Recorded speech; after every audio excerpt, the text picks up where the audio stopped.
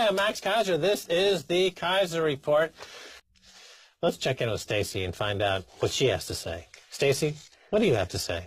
A story that you and I have been covering for the past few years is this notion of demonetization, that governments wanted to get rid of cash because apparently there's so much corruption out there and they need to protect you from terrorism, terror financing, from rich people evading taxes.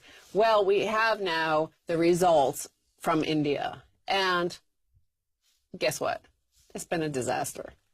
Modi's anti-graft drive hit after Indians return 99% of banned notes. Indians have deposited nearly all the currency bills voided by Prime Minister Narendra Modi, denting the central bank's profit and dealing a blow to his drive to unearth unaccounted wealth. Banks have received 15.28 trillion rupees, which is about $239 billion, or 99% of the currency invalidated. The Reserve Bank of India said in its annual report last Wednesday. The government had initially estimated about 5 trillion rupees wouldn't be declared following the sudden move on November 9th, indicating that this was cash stashed away illegally to avoid tax. The cash ban prompted the central bank to print new currency, reducing its profit and cutting annual dividend payout to the government by half. They had expected to make a huge profit on it because they thought these 30% of the currency outstanding was being hidden or laundered or used for terror financing, so nobody would turn it in. These bad guys wouldn't turn it in, but they did. So let's go over what, from another headline from Bloomberg, what was expected and what failed to happen based on the theories from the White Tower called The Economist, where the economists live, this high tower where they think they know better than the rest of us. Modi's biggest move is a total bust. Eliminating 86% of the country's currency has had zero benefits. Some said that 8 months on, no argument advanced by the government or its backers in favor of demonetization has been validated.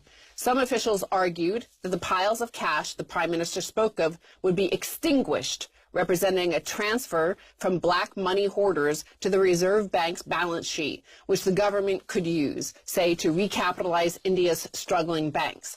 That has not materialized, and in fact, the RBI has given far less than usual to the government this year.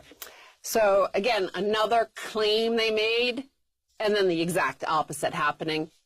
We're going to go into now. Some said that counterfeit currency would be exposed. In fact, it's less than 0.0007% of the cash taken in.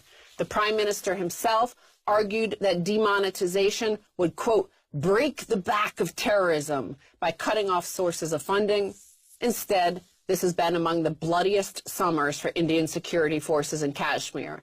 This week, Jaitley, who is the finance secretary, argued that the move would change Indians' behavior, encouraging them to use digital payments instead of cash. But as I've pointed out in the past, demonetization is the exact opposite of what Cass Sunstein would call a nudge. Now let's look at some of the consequences, Max.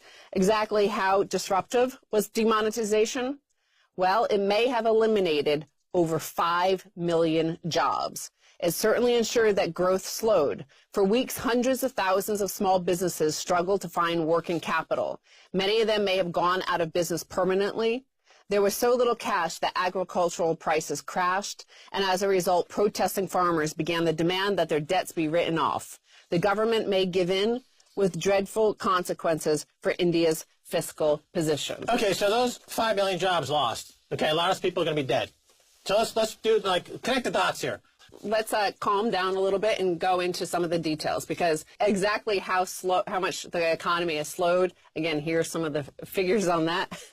A raft of economic data since the note ban decision have signaled that the $2 trillion economy was hurt by the cash clampdown, raising fears that the economic growth would stall. Growth in the quarter ended March 2017 slowed to 6.1% from a year earlier. It expanded 7% in the previous quarter. Chomsky has said it's manufacturing consent. If you put voters in the front of a TV gun with nothing but garbage, they're going to do stupid things. Watch it, learn something, come back, and then unlearn it. Okay.